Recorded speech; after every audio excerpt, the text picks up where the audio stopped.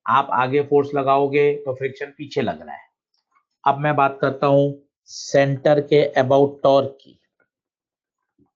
आपको एक नजर में 4 फोर्स दिख रहे हैं, कौन कौन से?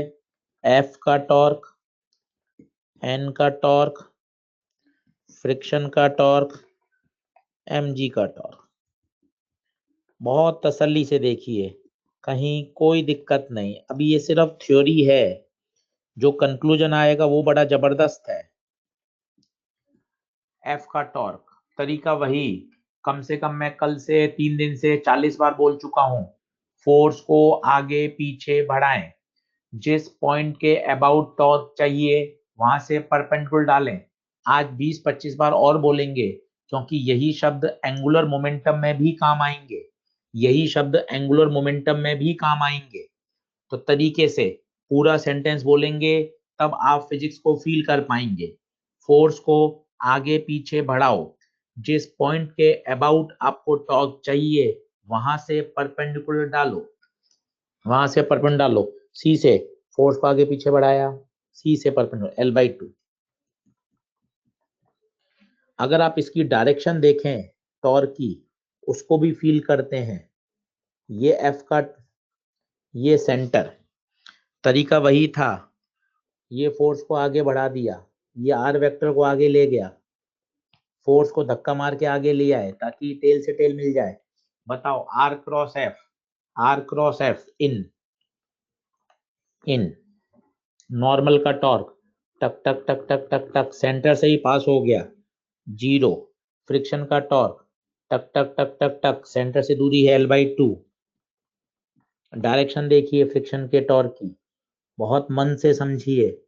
ये फ्रिक्शन पीछे, ये सेंटर, ये धक्का मार के आगे ले गए।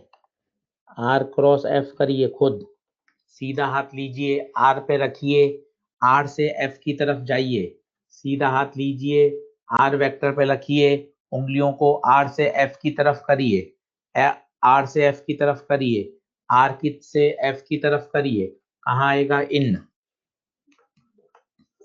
mg का टॉर्क टक टक टक टक टक टक 0। ये दोनों टॉर्क इन है, तो नेट टॉर्क ऐड होगा, और नेट टॉर्क कुछ ना कुछ तो आएगा, क्योंकि दोनों डायरेक्शन इन है। पहले बताइए, ये क्लियर है क्या? दोनों ऐड क्यों हुए? दोनों ऐड क्यों हुए? क्योंकि क्योंकि दोनों की डायरेक्शन सेम थी।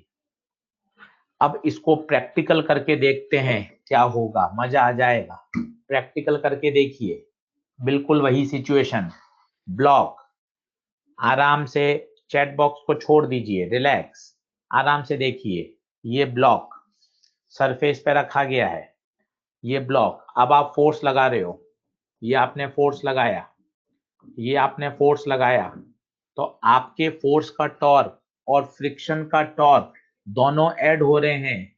ऐड होने से तो बॉडी को टॉर्क के कारण घूम जाना चाहिए था।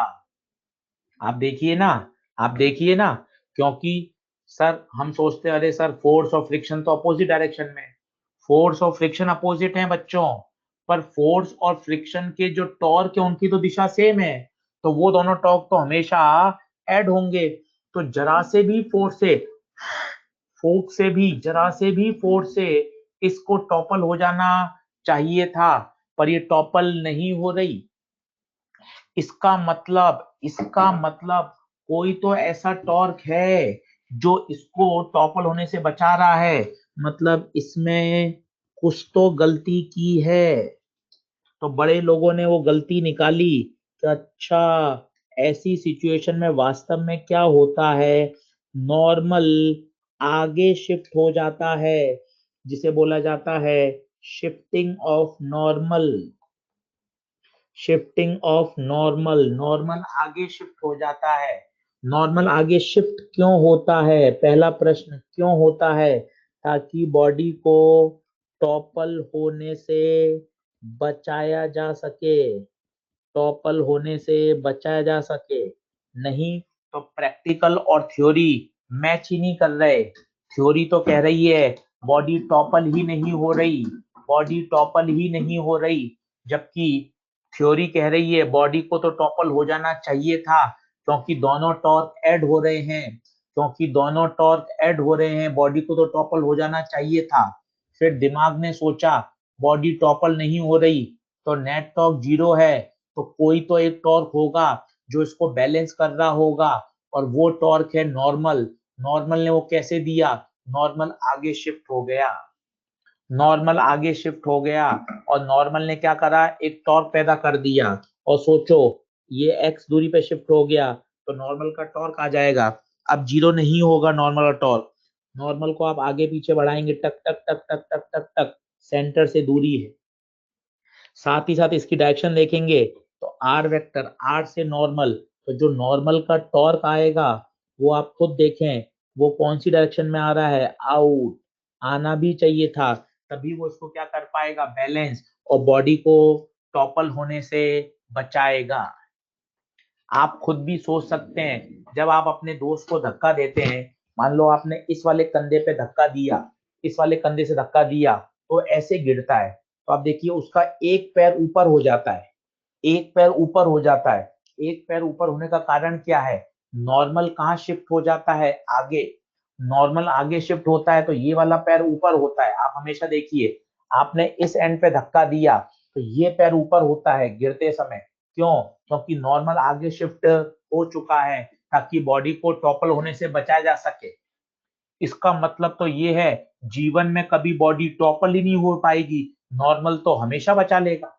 ऐसा मेरे दिमाग में आया, फिर तो बॉडी तो कभी टॉपल ही नहीं हो सकती, नॉर्मल तो हमेशा बचा लेगा। गलत है। ये प्रैक्टिकल देखिए, ये देखिए, ये प्रैक्टिकल देखिए, ये फोर्स लगाया, ये फोर्स लगाया, ये फोर्स लगाया, ये तो बॉडी क्या हो गई? टॉपल हो गई। फिर नॉर्मल क्यों नहीं बचा पाया?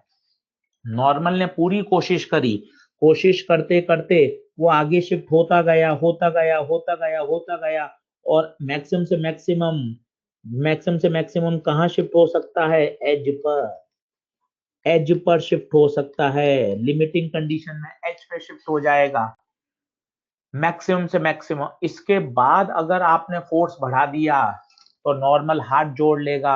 अब मैं बॉडी को टॉपल होने से नहीं रोक सकता, क्योंकि नॉर्मल की जो औकात थी वो पूरी हो गई।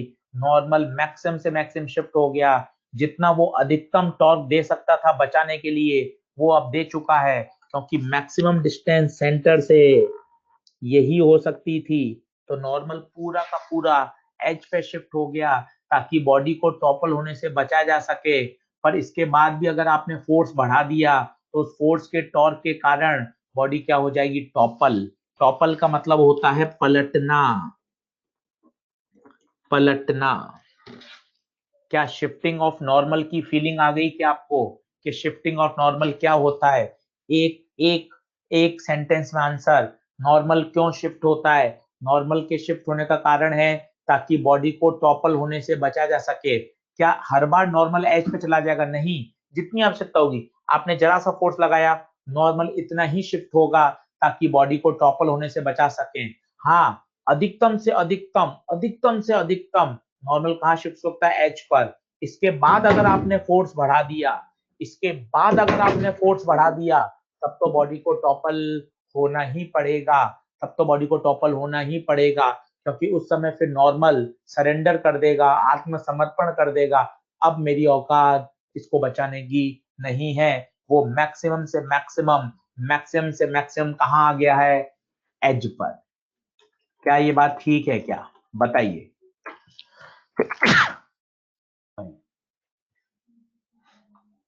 ये बात ठीक है, आगे बढ़ूं?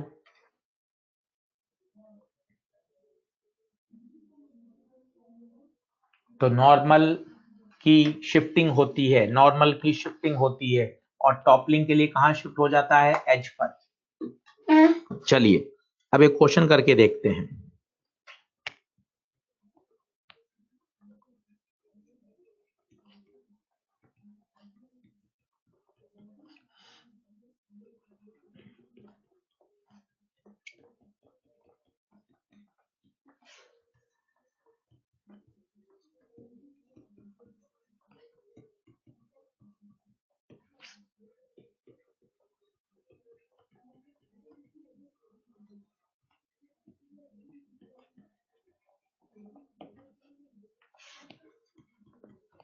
सफिशिएंट रफ लिखने का मतलब होता है कि आपके द्वारा फोर्स लगाने के बावजूद भी बॉडी नहीं चल रही है।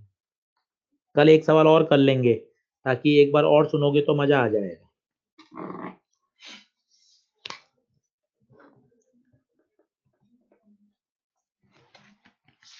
बिल्कुल वही तरीका है, वही सोच है।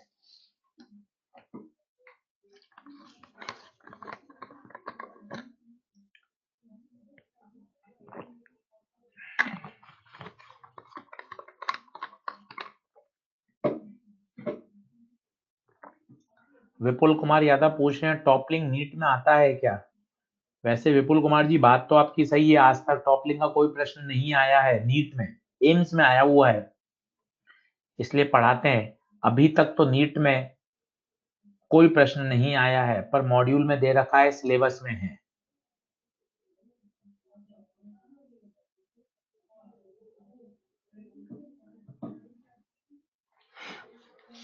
देखिए बहुत तरीके से सिस्टमेटिक तरीके से सवाल को समझिएगा, बहुत जबरदस्त है। देखें सबसे पहले mg नीचे, टॉपल आ गया, इसका मतलब नॉर्मल को कहां शिफ्ट कर दें? As per. फोर्स आगे लगा रहे हो, पक्का पक्का फ्रिक्शन पीछे। पहले बताइए फोर्सेस सारे ओके हैं तो ओके लिख दीजिए। एक एक स्टेप में आगे बढ़ते हैं, यहां कोई दिक्कत नहीं है। ठीक है, अब इंपॉर्टेंट है किस पॉइंट के अबाउट करें, किस पॉइंट के अबाउट करें। किसी भी पॉइंट से करें, सब में आंसर आता है, मैंने सबसे कर रखा है। पर ये वाला पॉइंट इंटरेस्टिंग है, पी के अबाउट। इसमें आपको फायदा है, फायदा है। बाकी तो आप सेंटर के अबाउट भी करेंगे, कुछ समझ में नहीं आता तो सेंटर के अबाउट कर लीजिए। पर पी में फायदा है। क्यों फायदा है पी में बताइए? पी से फायदा ये है कि नॉर्मल का टॉर्क और फ्रिक्शन का टॉर्क ये दोनों जीरो हो जाएंगे। क्यों? नॉर्मल को आगे पीछे बढ़ाया, टक टक टक टक टक टक टक टक टक टक टक पी से पास हो रहा है। फ्रिक्शन को आगे पीछे बढ़ाया, टक टक टक टक टक टक टक पी से पास हो रहा है। तो एन का टॉर्क भी जीरो, फ्रिक्शन का टॉर्क भी जीरो, तो दोनों टॉर्क जीरो हो जाएंगे। अब बचेगा अप्लाइड एफ का टॉर्क और mg का टॉर्क। अगर आपने टॉर्क लिखना नहीं सीखा, आज तीसरा लेक्चर है, टॉर्क लिखना जबरदस्त आना चाहिए। और कितना आसान तरीका है टॉर्क लिखने का बच्चों, टॉर्क लिखने का बहुत आसान तरीका। आप इस बात को जरूर समझिए, फोर्स को आगे पीछे बढ़ाएं, जिस पॉइंट से, जिस पॉइंट के अबाउट आपको टॉर्क लिखना है वहां से परपेंडिकुलर।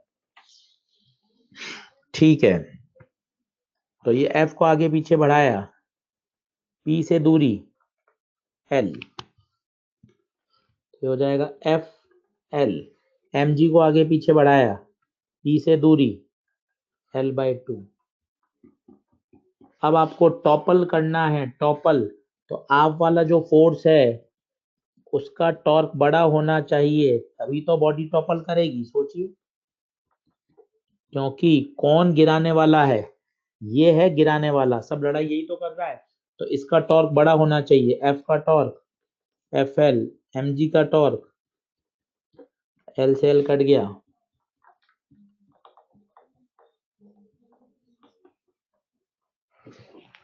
आराम से तसल्ली से देखिए, जितनी बार करेंगे उतना बढ़िया समझ में आएगा। बताइए चैट बॉक्स पे। अंकित पटेल बार बार कह रहे हैं नॉर्मल को फ्रिक्शन की तरह सेल्फ एडजस्टिंग बोलेंगे क्या? अंकित पटेल, वहां तो फ्रिक्शन अपनी वैल्यू को भी चेंज करता है, नॉर्मल यहाँ अपने मैग्नीट्यूड को चेंज नहीं करता, सिर्फ और सिर्फ अपनी जो डिस्टेंस है उसको एडजस्ट करता है।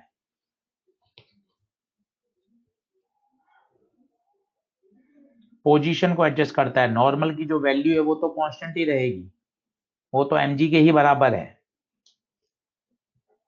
बोलिए डन डना डन डन है क्या?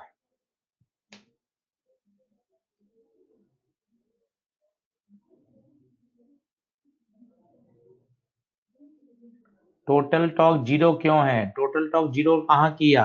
एफ का टॉर्क बड़ा होगा तभी तो बॉडी टॉपल करेगी। ग्रेटर किया, बड़ा किया, तभी तो बॉडी टॉपल करेगी।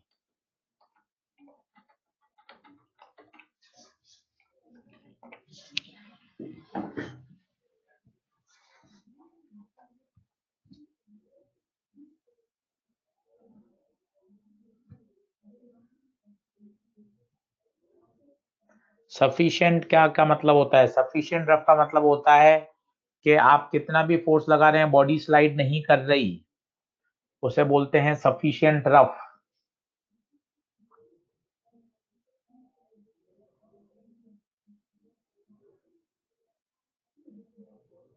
प्रत्युष राज कह रहे हैं फ्रिक्शन के टर्म में आएगा, नहीं आएगा, क्योंकि बॉडी जब स्लाइड नहीं कर रही तो जो अप्लाइड फोर्स है वो फ्रिक्शन के बराबर होगा। तो आप छोटे एफ की जगह बड़ा एफ पुट कर सकते हैं प्रत्युष राज, क्योंकि एफ की वैल्यू म्यू एन नहीं होगी।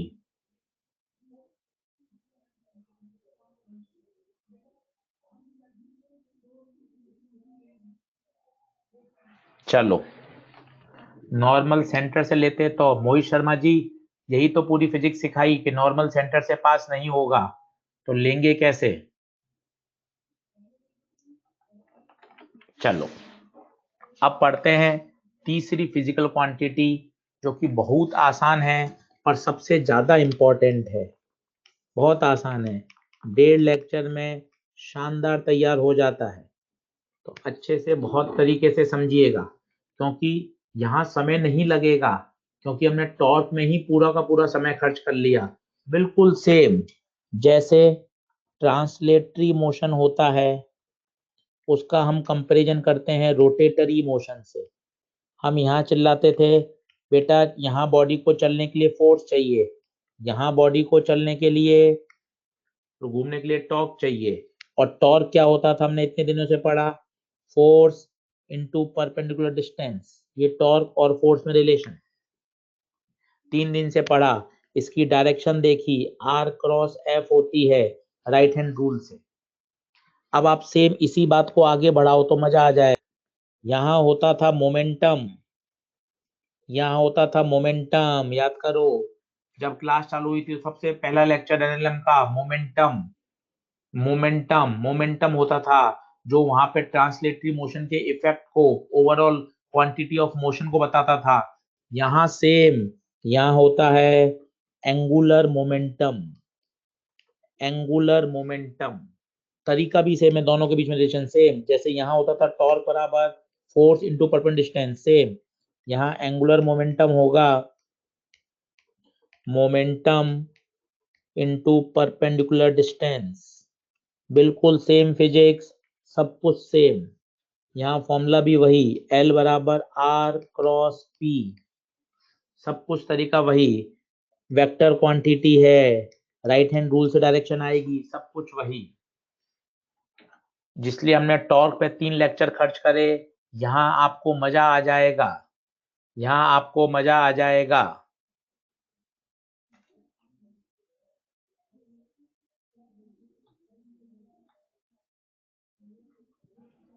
अब वहां आप क्या लाइन बोलते थे? वहां आप बोलते थे फोर्स को आगे पीछे बढ़ाओ, और जिस पॉइंट के अबाउट टॉर्क लिख रहे हो वहां से परपेंडिकुलर डालो। सेम लाइन यहां बोलने की कोशिश करो और 10 बार बोलनी पड़ेगी आगे। यहाँ क्या बोलेंगे? मोमेंटम को, मोमेंटम को आगे पीछे बढ़ाओ, मोमेंटम को आगे पीछे बढ़ाओ, और जिस पॉइंट के अबाउट आपको एंगुलर मोमेंटम चाहिए वहां से क्या डालो? परपेंडिकुलर। अब मोमेंटम की डायरेक्शन क्या होती होगी? क्योंकि फोर्स की डायरेक्शन तो होती है, मोमेंटम की डायरेक्शन कैसे निकाल लूंगा? ये तो बड़ा सरल है। जो वेलोसिटी वेक्टर की डायरेक्शन होगी वही वही मोमेंटम की होगी। तो पहले तसल्ली कर लें, पहले तसल्ली कर लें, क्योंकि आपको यहां बार बार बोलना पड़ेगा। बिल्कुल एनालॉजी है, 5 मिनट एनालॉजी को समझ लें तो क्या थोड़ा सा रिलैक्स होगा दिमाग में। सर एक होता है ट्रांसलेटरी मोशन, एक होता है रोटेटरी मोशन। ट्रांसलेटरी मोशन में डिफाइंड होता है मोमेंटम, रोटेटरी मोशन में डिफाइंड होता है एंगुलर मोमेंटम।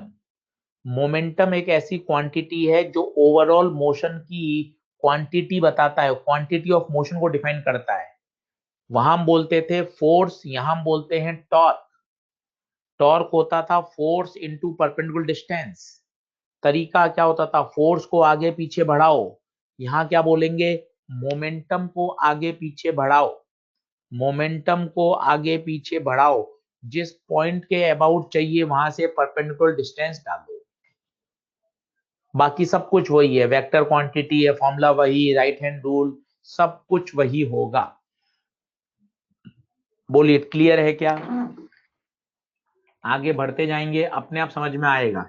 ये सारी बातें वही, एल बराबर R cross P, vector form, cross है तो डिटरमिनेंट खुलेगा, ये लिखा हुआ है डिटरमिनेंट, कोई जरूरत नहीं है। आर क्रॉस पी होता है, पी की जगह एम भी लिख सकते हैं, ठीक है, टाइम पास है। मैं आपको बेसिक बताता हूँ जिससे आपको फील आए। जैसे ये कोई पार्टिकल है एम मास का और ये v वेलोसिटी से चल रहा है। अब मैं आपको बोलता हूं find out its angular momentum, find out its angular momentum about point O, about point O. तो पहले तो डर हटाइए, पहले तो डर हटाइए। एंगुलर मोमेंटम का फॉर्मूला 2 बार 3 बार 5 बार लिखोगे तो डर हटेगा। मोमेंटम इंटू परपेंडिकुलर डिस्टेंस, वहां बोलते थे फोर्स इंटू परपेंडिकुलर डिस्टेंस, यहाँ मोमेंटम इंटू परपेंडिकुलर डिस्टेंस। देखिए सेंटेंस जरूर बोलिए। आपने आंसर टाइप कर दिया, करण पटेल ने 30 बार किया है, मनोज कुमार जाट ने 5 बार किया है, बहुत अच्छी बात है, आंसर 0 ही है। परंतु सेंटेंस बोलिए, मोमेंटम को आगे पीछे बढ़ाएं। अब आशीष सर मोमेंटम को आगे पीछे कैसे बढ़ाएंगे, मोमेंटम को आगे पीछे कैसे बढ़ाएंगे? तो जो वेलोसिटी वेक्टर की डायरेक्शन होती है वही मोमेंटम की होती है, ये वेलोसिटी वेक्टर। यहाँ बार बार लिखो, जो v वेक्टर की डायरेक्शन होती है वही मोमेंटम वेक्टर की होती है। बार बार सुन लोगे अपने आप सेट हो जाएगा। तो मोमेंटम वेक्टर डायरेक्शन टक टक टक टक टक टक टक टक टक टक टक टक आगे पीछे बढ़ा है अबाउट पॉइंट ओ। तो ओ से तो कोई दूरी ही नहीं है, तो मोमेंटम एम वी, दूरी 0, hence angular momentum about point O is 0। तो छोटी छोटी बातें, एल बराबर formula R cross P, vector quantity है, साथ ही साथ एक्सियल वेक्टर है। एक्सियल वेक्टर का मतलब होता है along the axis, along the axis.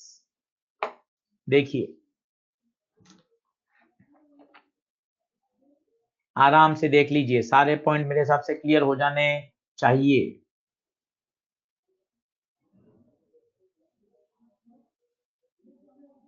पढ़ लीजिए, फिर हम क्वेश्चन चालू करते हैं।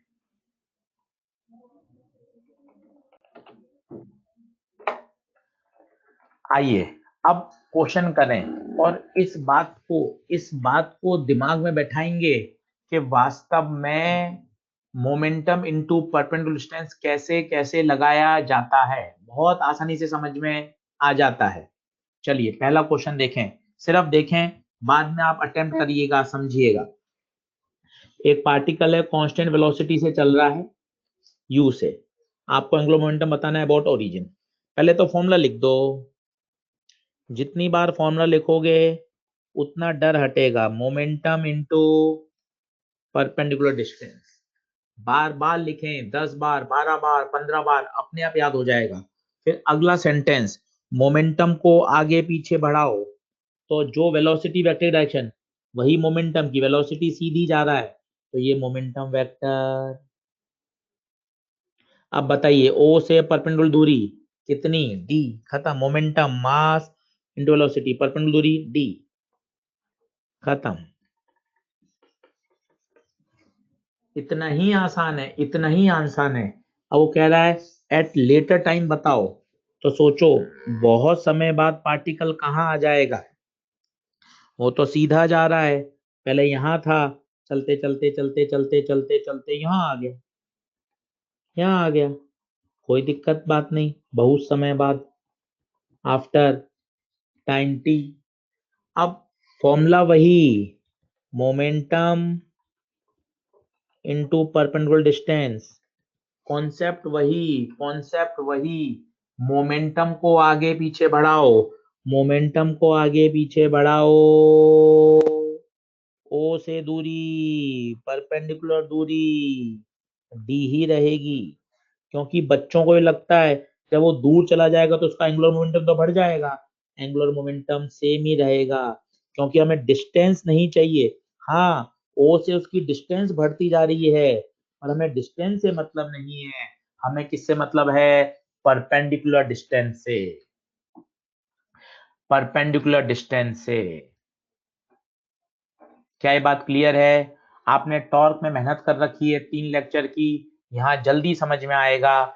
इस सेंटेंस से अगले प्रश्न की तरफ बढ़िए, मोमेंटम को, पूरा सेंटेंस बढ़िया आना चाहिए, मोमेंटम को आगे पीछे बढ़ाएं, जिस पॉइंट के अबाउट हमें एंगुलर मोमेंटम चाहिए वहां से परपेंडिकुलर ड्रॉप करें। जैसे ये क्वेश्चन देखिए, क्वेश्चन पढ़ लीजिए, प्रोजेक्टाइल वाला सवाल है, वो कह रहा है हाईएस्ट पॉइंट पर, तो हाईएस्ट पॉइंट पर आपको याद होना चाहिए क्या होती है वेलोसिटी, u cos थीटा, याद करो, मोमेंटम m से मल्टीप्लाई कर दिया, किसके अबाउट चाहिए, अबाउट पॉइंट ऑफ प्रोजेक्शन, ये पॉइंट ऑफ प्रोजेक्शन, बिल्कुल सही शब्द, धीरे धीरे डर हटाएं, पहले एल का फॉर्मूला हर बच्चे को समझो, मोमेंटम इनटू परपेंडिकुलर डिस्टेंस, मेरा रोटेशन मोशन अटपटा सा है सर, मुझे बड़ी दिक्कत आती है, तो खूब मेहनत करिए, एक्सरसाइज 2 और 3 के क्वेश्चन बार बार बनाइए, जितनी बार बनाएंगे उतना रोटेशन मोशन शानदार हो जाएगा। अब देखिए, अब देखिए,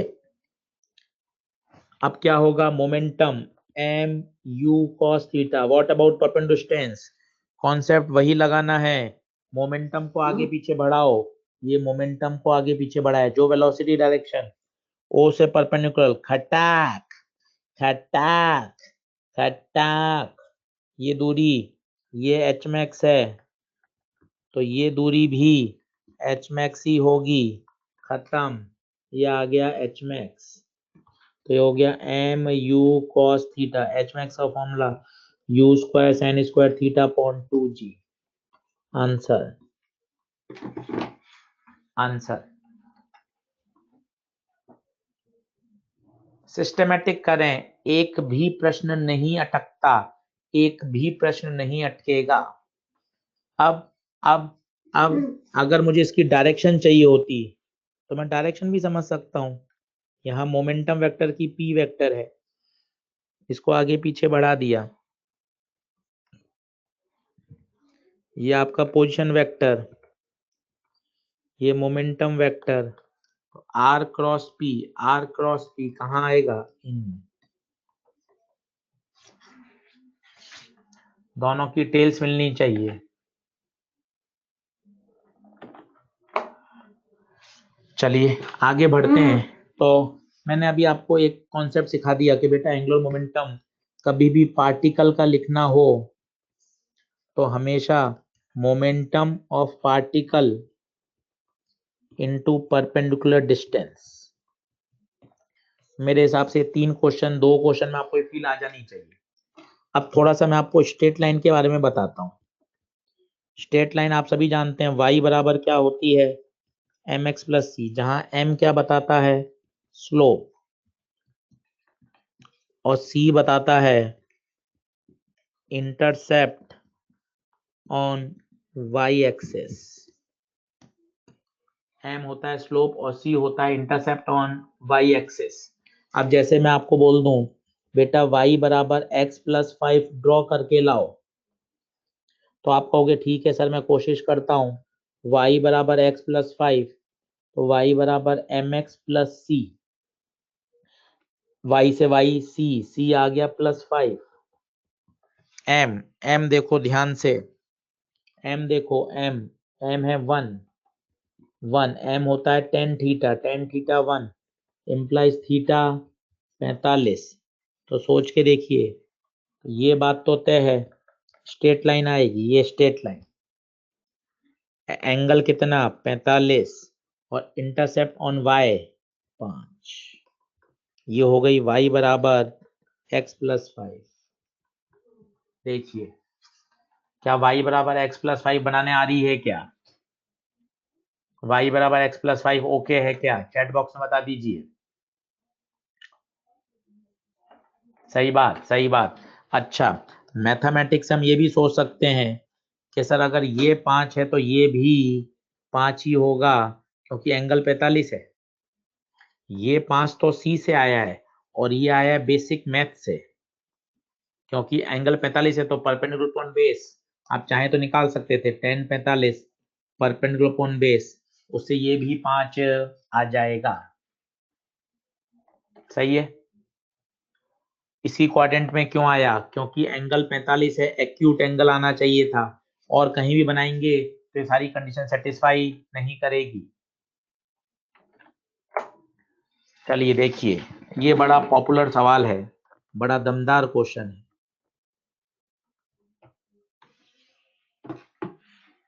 बड़ा दमदार क्वेश्चन है। वो कह रहा है एक पार्टिकल है जो y बराबर x+5, ये हमने अभी ऑलरेडी ड्रॉ कर ली, ये ऐसे आएगी। लास्ट स्लाइड में ड्रॉ करके दिखा दिया था। ये 45, ये 5, ये 5, ये ऑलरेडी हम ड्रॉ कर चुके थे। अब कह रहा है एक पार्टिकल चल रहा है इस पर, कहीं भी मानिए चलता हुआ, यहां मानिए, यहां मानिए। क्यों क्यों सर, कोई फर्क नहीं पड़ेगा? बिल्कुल नहीं पड़ेगा। क्यों? जैसे आप मोमेंटम को आगे पीछे बढ़ाओगे, मान लो कोई अशोक है वो यहां मानता है तो उसकी मोमेंटम की लाइन ये होगी। कोई राज है वो यहां मानता है, उसकी भी मोमेंटम की लाइन ये होगी। कोई अशोक है वो यहां मानता है तो उसकी भी ये होगी। जय यहां मानता है उसकी भी होगी। वीरू यहां मानता है, सबकी मोमेंटम की लाइन तो बच्चा यही होगी। आपसे पूछा है अबाउट ओरिजिन बताओ। देखिए कॉन्सेप्ट बहुत सरल है, कॉन्सेप्ट पे लड़ाई करेंगे तो मजा आएगा। Momentum into perpendicular distance, momentum into perpendicular distance. Momentum तो मास 2, वेलोसिटी 10, लड़ाई है परपेंडिकुलर डिस्टेंस की, लड़ाई है परपेंडिकुलर डिस्टेंस की। वो परपेंडिकुलर डिस्टेंस आ जाएगी तो मजा आ जाएगा। शब्द वही, मोमेंटम को आगे पीछे बढ़ाओ, जिससे चाहिए वहां से परपेंडिकुलर डाल दो, खत्म खत्म। अब देखिए ये 5 है, ये 45, तो ये हो गया 5 कॉस, ये हो जाएगा 5 साइन, तो ये हो गया 2 इंटू 10 इंटू 5 साइन 45, तो 10 to 20, 100 sign 45 1/√2, 50√2।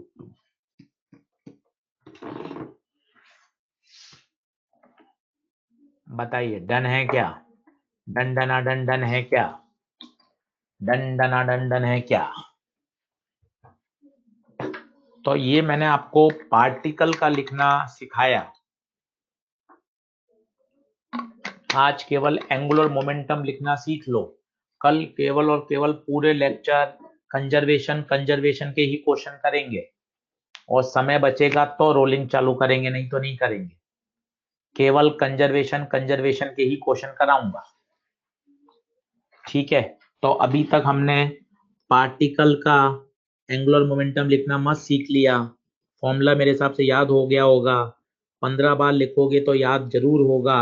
Momentum into perpendicular distance, vector form में r क्रॉस p।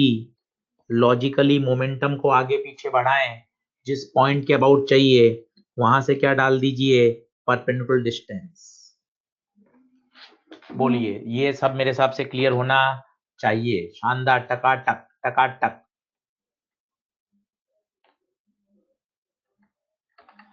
चलो अब बात करते हैं, सर्कुलर पाथ पे चल रहा हो तो क्या होगा। सर्कुलर पाथ पे ये कोई पार्टिकल है, एंटी क्लॉकवाइज घूम रहा है। मान लो यहां पर कोई पार्टिकल है तो इसकी वेलोसिटी ऐसे होगी, यूनिफॉर्म कर रहा है। कभी यहाँ होगा, कोई बच्चे ने यहाँ बना लिया तो इसका v वेक्टर इधर आएगा, किसी बच्चे ने यहाँ बना लिया तो इसका v वेक्टर यहाँ आएगा। कहीं भी बनाइए। अब मुझे इसका एंगुलर मोमेंटम लिखना है अबाउट सेंटर। मजा आएगा, बेसिक वही रहेंगे।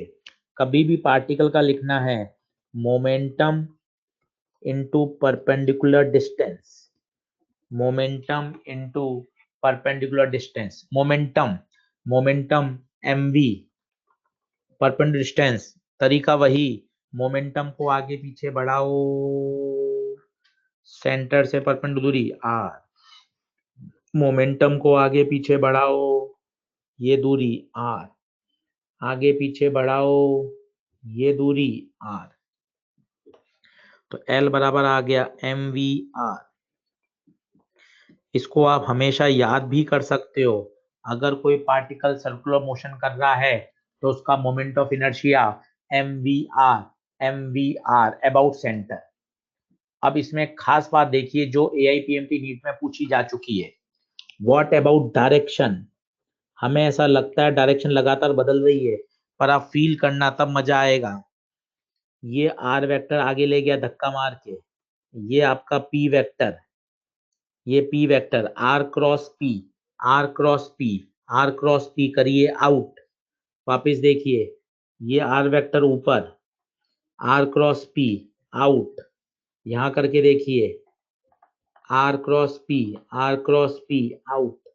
इसका मतलब v वेक्टर की डायरेक्शन, v वेक्टर की डायरेक्शन तो लगातार बदल रही है, बट एंगुलर मोमेंटम की डायरेक्शन हमेशा सेम है, कांस्टेंट है। इसलिए एक बार IIT में पूछ लिया गया, एक पार्टिकल यूनिफॉर्म सर्कुलर मोशन कर रहा है तो क्या ये ऑप्शन सही है क्या? L vector constant. What is L vector? L vector, vector लिख दिया बच्चों तो इसके अंदर मैग्नीट्यूड भी आ गया और डायरेक्शन भी आ गया। मैग्नीट्यूड तो देखिए हमेशा mvr ही रहेगा, mvr तीनों कांस्टेंट, और डायरेक्शन भी हमेशा आउट है। इसका मतलब अगर यूनिफॉर्म सर्कुलर मोशन कर रहा है तो अबाउट सेंटर उसका एंगुलर मोमेंटम हमेशा हमेशा कांस्टेंट रहता है। दिखने में तो ये छोटा सा एक फॉर्मूला है, पर इतनी बातें इस स्लाइड में बड़ी जबरदस्त हैं। अनमोल गुप्ता कह रहे हैं गलत है। अनमोल गुप्ता क्या गलत है बता दीजिए, अनमोल गुप्ता।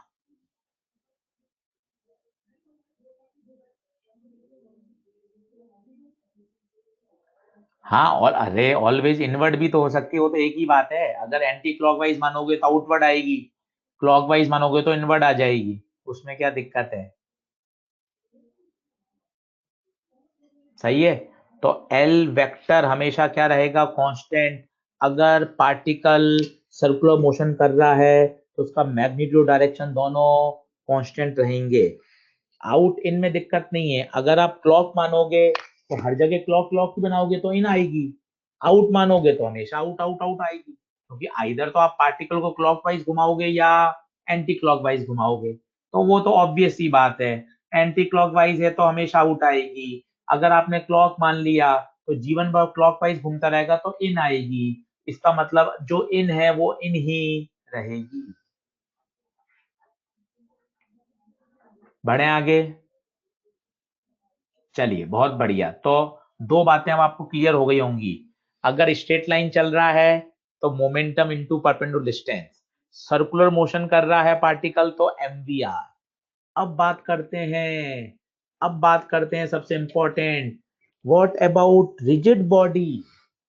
आपने पार्टिकल का पढ़ लिया, पार्टिकल का आपने पढ़ लिया मोमेंटम इनटू परपेंडिकुलर डिस्टेंस। अगर वो सर्कुलर मोशन कर रहा है तो आपने लिखना सीख लिया mvr। ये तो पार्टिकल का था। अब डिस्कस करते हैं रिजिड बॉडी का। दिमाग में सिस्टमेटिक समझोगे तो मजा आएगा। सिर्फ ऐसे याद कर लोगे कि L बराबर आई ओमेगा टाइप करते रहोगे, आई ओमेगा, उसमें मजा नहीं है। सिस्टमेटिक, पार्टिकल का Ashish sir momentum into perpendicular distance. अब आप हमें सिखाना चाहते हो किसी बॉडी का, किसी रिजिड बॉडी का, रॉड का, रिंग का, स्फीयर का कैसे लिखते हैं, वो फील लेते हैं। डायरेक्ट आई ओमेगा टाइप करते रहोगे, लिखते रहोगे तो उससे कुछ नहीं होगा। चलिए चलिए देखिए देखिए, अब कोई बॉडी है, मान लो ये कोई बॉडी है, ये इस एक्सिस के अबाउट, इस एक्सिस के अबाउट क्या कर रही है, रोटेट कर रही है ओमेगा से। ठीक है, अब आराम से फील लेना। मुझे क्या करना है, मेरा टारगेट क्या है, मुझे इस बॉडी का एंगुलर मोमेंटम फाइंड करना है।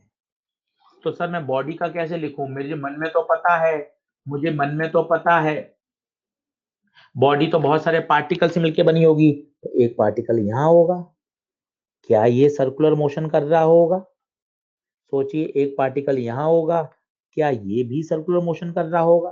पहला लेक्चर याद करिए, बॉडी तो रोटेशनल मोशन करती है, पार्टिकल क्या करते हैं, पार्टिकल पार्टिकल करते हैं सर्कुलर मोशन। तो सभी का रोटेट ऐड कर दीजिए, क्या आएगा, एम वी वी आर, फिर दूसरे का M V R and so on and so on. फिर अगर आप v की जगह ओमेगा रखोगे तो मजा आएगा, देखना v की जगह ओमेगा आर, पर ओमेगा पे 1 नहीं लगाएंगे, ओमेगा पे 1 नहीं लगाएंगे।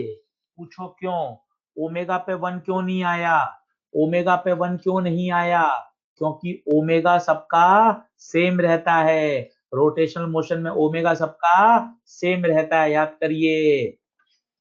बस ओमेगा बाहर आ जाएगा, ओमेगा बाहर आ जाएगा और ये बचेगा m1r1 square, m2r2 square and so on. बताइए mr square mr square mr square, ये हो गया बॉडी का मोमेंट ऑफ इनर्शिया। तो ये आ गया बच्चों L बराबर आई ओमेगा, इस एक्सिस के अबाउट, इस एक्सिस के अबाउट जो एंगुलर मोमेंटम है वो क्या आ गया, आई ओमेगा। जिस एक्सिस के अबाउट आई है उसी एक्सिस के अबाउट। तो एक बेसिक फील लाइए, पार्टिकल का लिखेंगे तो momentum into perpendicular distance, body का भी वहीं से आया है, क्योंकि बॉडी कहां से बनी, बॉडी भी तो पार्टिकल से मिलके बनी है। एक पार्टिकल का आपने लिख लिया, सबका समेशन कर दिया तो बॉडी का आ गया।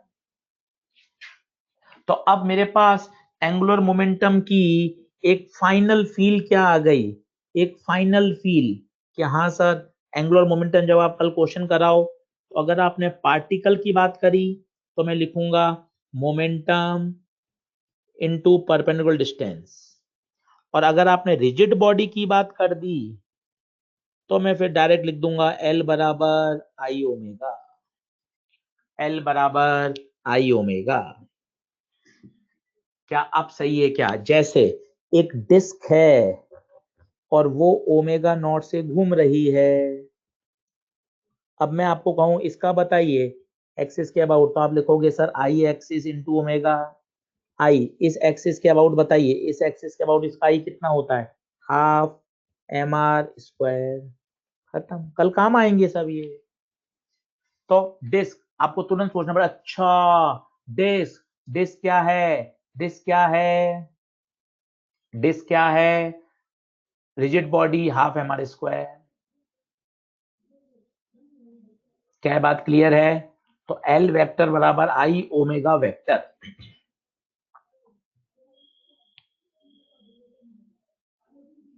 क्लियर है, क्लियर है। अब जैसे अगर डिस्क पर आप दो पार्टिकल रख दो और आपको कहा जाए इसका एल निकालो, इस एक्सिस के अबाउट, एक्सिस के अबाउट लिखते हैं, एक्सिस ऑफ रोटेशन के अबाउट, जिस एक्सिस के अबाउट बॉडी घूम रही है, ओमेगा इसी एक्सिस के अबाउट है, सिमेट्रिकल बॉडी इसकी बात हो रही है। तो अब बताइए क्या होगा,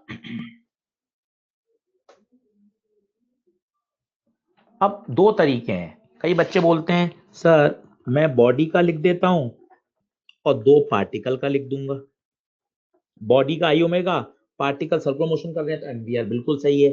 कोई कहता है सर मैं तो इस पूरी को ही बॉडी मान लेता हूं, पूरे को ही बॉडी मान लेता हूं, तो एक साथ आई लिख दूं।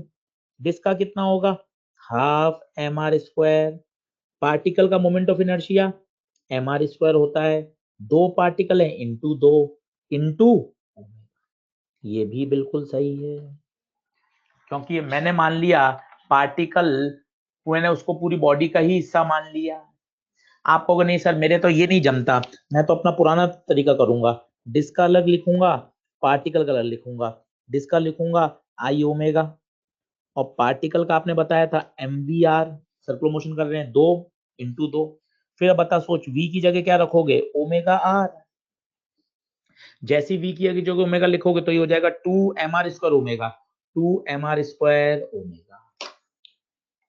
तो लॉजिकली चलो, लॉजिकली चलोगे तो हैप्पीनेस रहेगी, कहीं दिक्कत ही नहीं आएगी। अब बताइए क्या ये बात दिमाग में बैठ रही है क्या शानदार तरीके से। आज मैं आपको सिर्फ एंगुलर मोमेंटम की फील दिला रहा हूं कि देख एंगुलर मोमेंटम किस तरह से लिखा जाएगा, तभी तो कल तू कंजर्वेशन लगा पाएगा। एंगुलर मोमेंटम तुझे पार्टिकल का लिखना आना चाहिए, momentum into perpendicular distance. Particle circle पे चक्कर लगा रहा है तो तुझे mvr बोलना आना चाहिए। अगर कोई बॉडी फिक्स एक्सिस के अबाउट घूम रही है तो आई एक्सिस इंटू ओमेगा बोलना आना चाहिए। सही बात है। चलिए अब बात करते हैं काइनेटिक एनर्जी की। तो स्वाभाविक है हर पार्टिकल के पास काइनेटिक एनर्जी है, ये पूरी बॉडी की है, इसको रटने की जरूरत नहीं है, ये बिल्कुल सिमिलर चलते हैं फॉर्मूले ट्रांसलेशन के। बताओ यहाँ ट्रांसलेशन का होता था हाफ mv², तुरंत बदल लो, हाफ m की जगह i, v की जगह ओमेगा।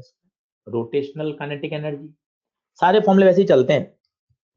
जैसे यहाँ चलता था याद करो p²/2m। अब इसको तुम बदलना चाहते हो तो बोलो क्या बदलोगे, यहाँ p होता था वहां क्या हो जाएगा l, यहाँ m होता था वहां हो जाएगा i। इस पे 2 क्वेश्चन आए हुए हैं पेपर में, सब वैसे ही चलते हैं। जैसे यहाँ चलता था न्यूटन का सेकंड लॉ F बराबर dp/dt, सोचो यहाँ बदलोगे तो क्या हो जाएगा, फोर्स की जगह टॉर्क, p की जगह एंगुलर मोमेंटम, ये न्यूटन सेकंड लॉ हो जाता है रोटेशनल मोशन का।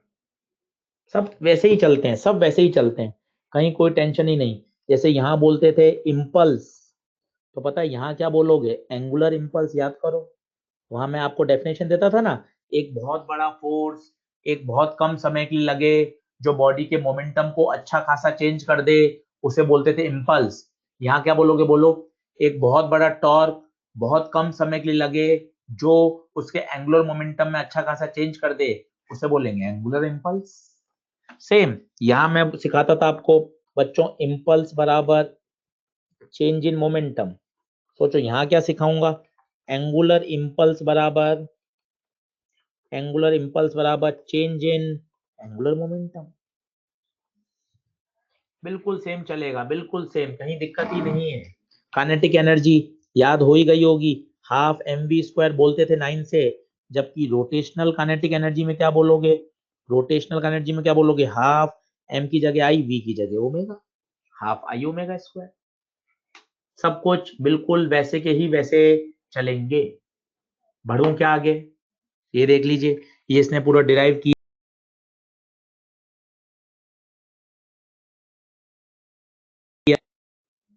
इतनी जरूरत ही नहीं है, इतना कौन याद करे।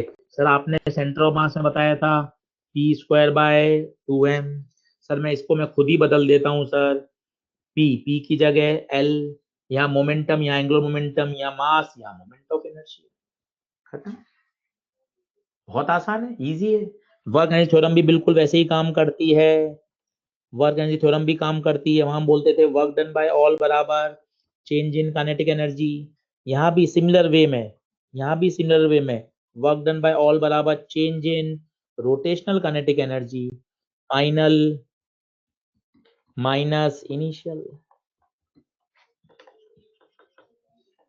बिल्कुल सब एक जैसा है, कहीं कोई टेंशन ही नहीं है, बहुत इजी है, सिस्टमेटिक है। इसी तरीके से तैयार करोगे, जैसे से हम पढ़ा रहे हैं वैसे वैसे एक्सरसाइज 2 करोगे, फिर एक साथ पूरी एक्सरसाइज 2 लगाओगे, तो तो आपको लगेगा कि हाँ सर मेरी बात बढ़िया बन गई। और कल केवल और केवल कंजर्वेशन के क्वेश्चन, 1 घंटा कंजर्वेशन के क्वेश्चन करना, 10 12 13, और फिर रोलिंग स्टार्ट करेंगे। सारे करा दूंगा मैं आपको, एक्सरसाइज 2 3 के जितने भी क्वेश्चन है, ताकि आपको अलग से वापस घर पर मेहनत नहीं करनी, फिर आप सिर्फ रिवीजन करिए।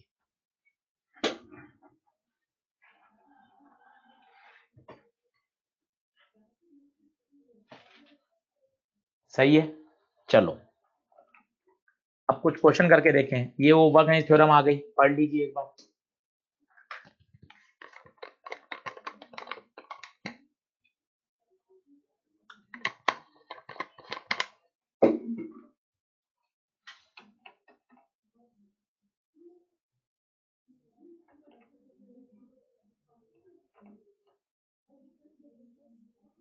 बढ़ूं के आगे?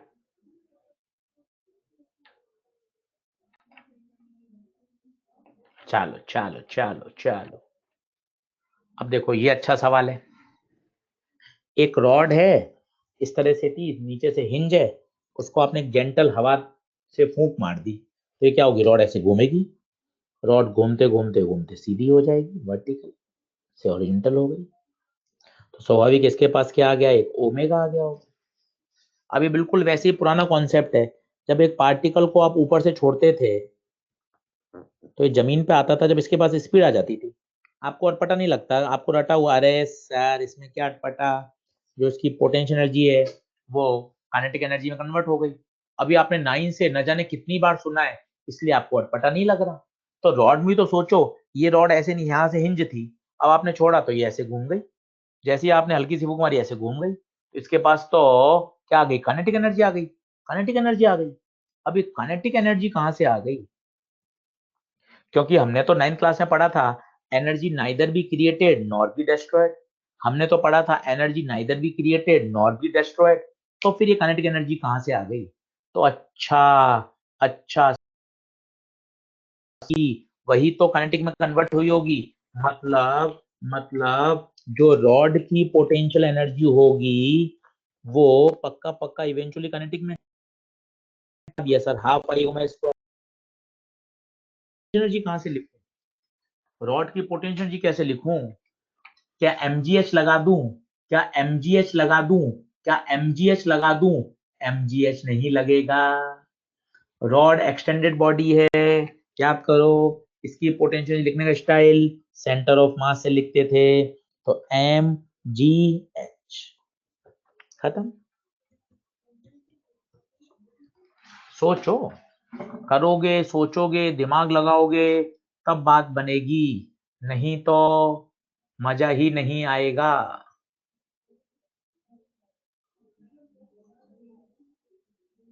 करो, दिमाग जितना दिमाग चलेगा उतनी फील आती जाएगी। हाँ सर आ गया, सर आ गया, सर आ गया, सर आ गया। सॉल्व करो, पेन पेपर लेके बैठो, नींद हटाओ। तो आई, आई कौन सा लेंगे? कॉर्नर के अबाउट आई, कॉर्नर के अबाउट आई ml²/3, खत्म। 2 से 2 कटा, m से m कटा, l से l कटा, ओमेगा निकाल लेंगे। आगे चलते हैं, अगला देखो 2018 का क्वेश्चन। 2018 का क्वेश्चन देखो, खुद करो, खुद करो, खुद करो।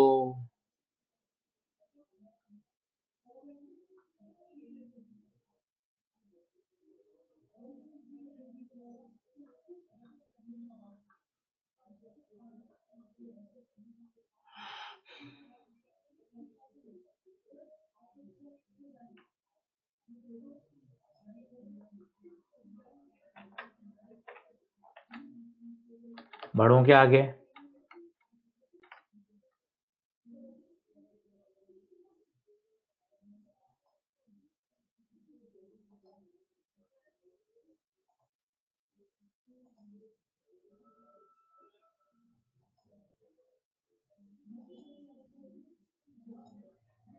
अब देखो क्या कह रहा है। 3 ऑब्जेक्ट हैं, ए बी सी। ए कौन है? Solid sphere. इसका आई कितना होता है? 2/5 mr²। 2/5 मतलब 0.4। ठीक है, बी कौन है? डिस्क। डिस्क का कितना होता है?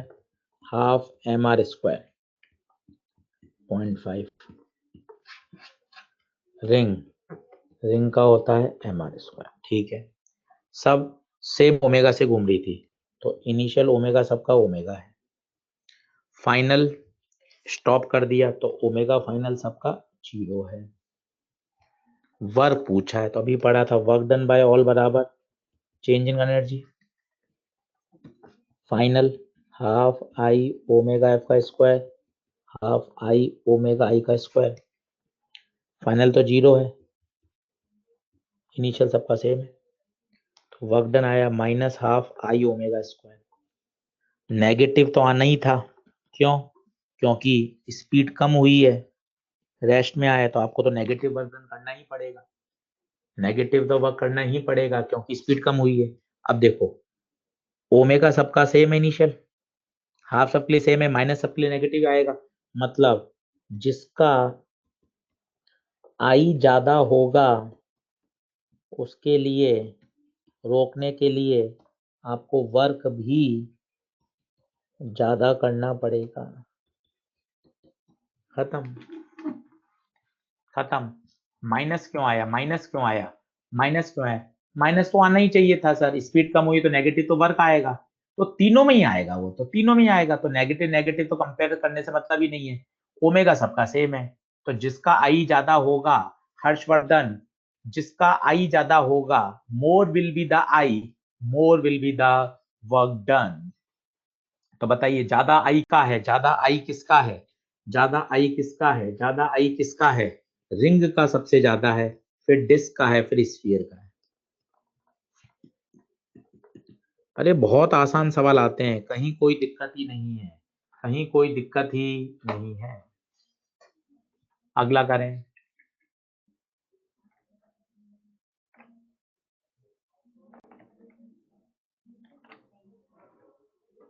अगला देखिए, 2016 का क्वेश्चन, खुद करें अच्छे से, पूरा टाइम लीजिए,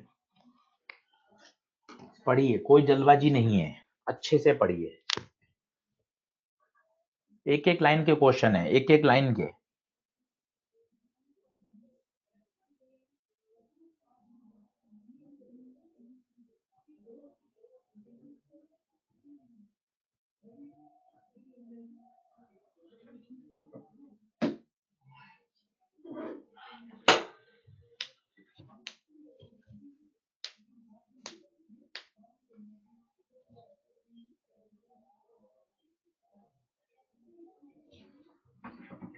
अब कुछ भी नहीं करना, कुछ भी नहीं करना।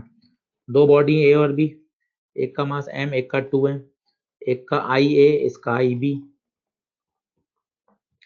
Same kinetic energy, equal kinetic energy. और व्हाट अबाउट एल ए? तो आपको तुरंत याद आना चाहिए, काइनेटिक एनर्जी बराबर होता है L square upon 2 I. Kinetic energy same है, इसको वहां भेज दें, तो L square is proportional to 2 I, तो L square is proportional to आई।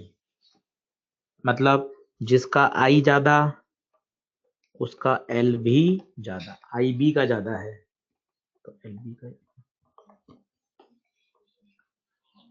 मास की जरूरत ही नहीं पड़ी, नो नीड।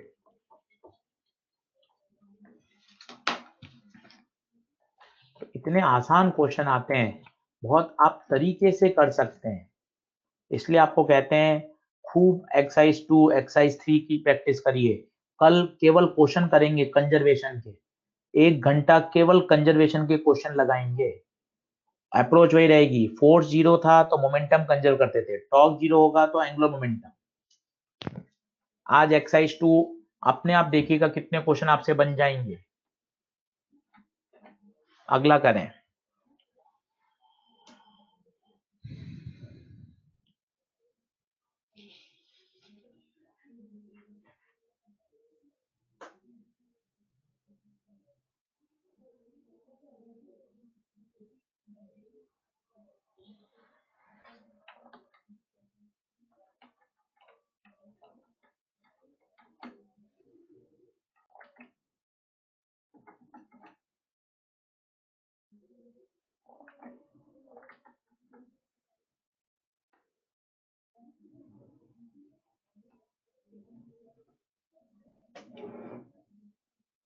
बढ़ूं क्या?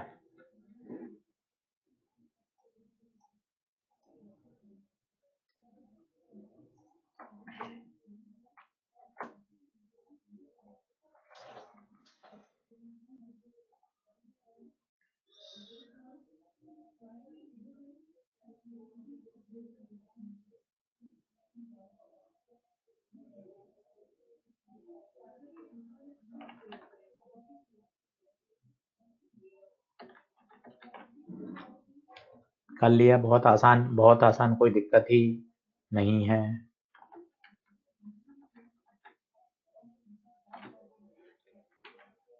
देखें क्या कह रहा है।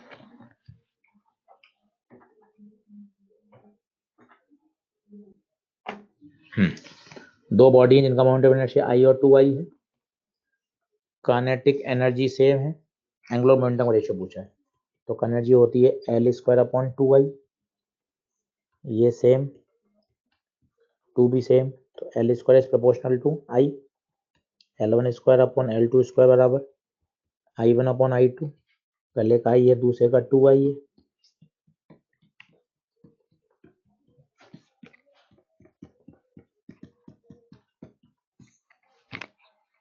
आसान। तो फिर आज का हमारा टारगेट क्या था? आज हमने एंगुलर मोमेंटम के बारे में बात कर ली अच्छे से, ये आज हमें फील आ जानी चाहिए। इसके क्वेश्चन आप लगाइए, दे रखें कि अगर पार्टिकल हो तो चिंता मत करो, मोमेंटम इनटू परपेंडिकुलर डिस्टेंस लगाओ, सेम टॉर्क जैसा, वेक्टर फॉर्मूला भी वही, डायरेक्शन भी राइट हैंड थंब रूल से आप निकाल सकते हैं।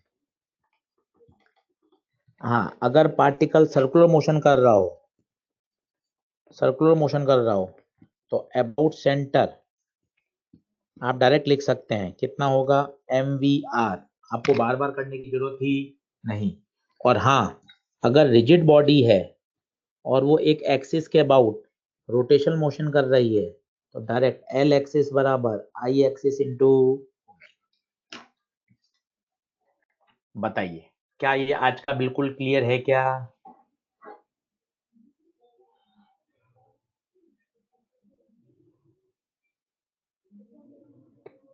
बिल्कुल डन डना डन डन है। तो आज आप एंगुलर मोमेंटम पे बढ़िया प्रैक्टिस कर लीजिए। कल हम खूब कंजर्वेशन के क्वेश्चन करेंगे, एक्सरसाइज 2 एक्सरसाइज 3 के सारे क्वेश्चन आपको लगाने हैं। सॉल्व एग्जाम्पल लगाइए, समय है एक्सरसाइज 1 लगाइए, बहुत जरूरी है। विवेक सोनी जी, विवेक सोनी जी, बहुत बढ़िया विवेक सोनी जी। रोटेशनल मोशन बहुत आसान है, सिस्टमैटिक तैयार करिए, मजा आ जाएगा आपको, मजा आ जाएगा रोटेशनल मोशन में। चलिए, thank you so much. 2 minute दीजिए, मैं आपके हैंडआउट बना देता हूं।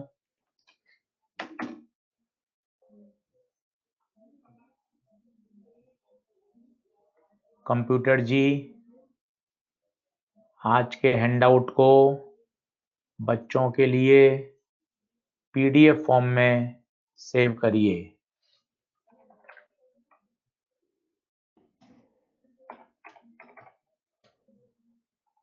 पीडीएफ फॉर्म में सेव करिए।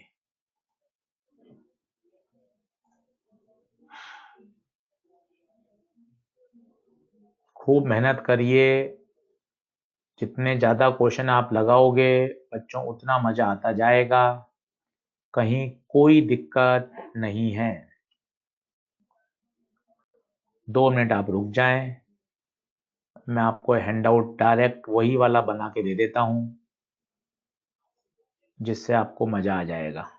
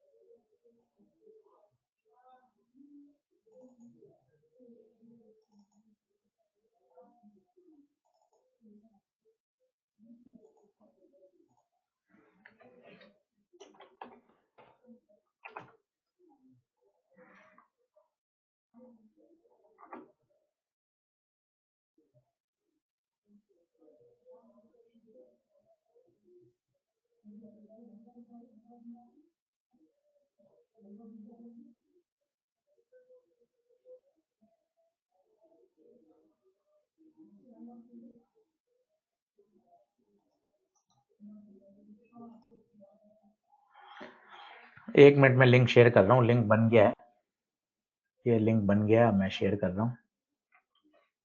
थैंक यू सो मच विश्वास खंडेलवाल।